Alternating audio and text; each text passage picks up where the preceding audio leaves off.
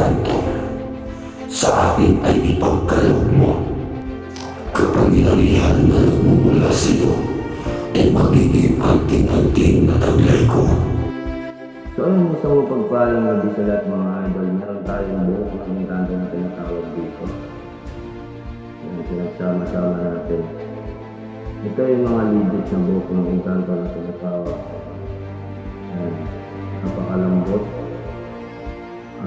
Ito ay tunay na buhok talaga. So testing natin kung ito ay tunay ba talaga na buhok ng engkanto. Sapagkat ang tunay na buhok ng engkanto ay hindi tinatabla ng apoy o hindi nasusunog.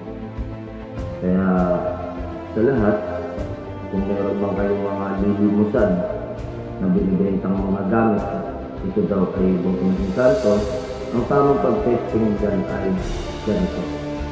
Pag sumasamahin nyo siya, then saka nyo siya sunugin para makita nyo kung hindi talaga ang buhok ng engkanto. Simulan natin sa pinakababa. Kita natin. So hindi siya tinatabla ng apoy, umuusok siya. Tignan natin kung napupunit o nababawasan. Pwede rin natin testingin sa pangkalahatan mula dito sa taas hanggang doon sa pinakababa kung ito ba ay nasusunog. Yan, kita natin, umuusok lang siya. Ngayon, ang isa pang kasamayan dito para malaman na kung totoo, tignan nyo kung talaga naputol ba siya.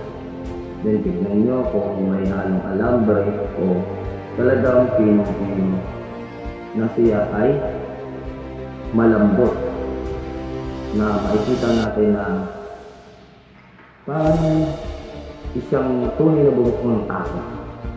So ayan, yan ang tamang pag-testing sa tunay na buhok ng engkanto.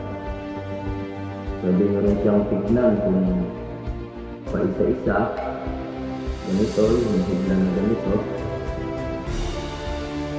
So nakita natin yun.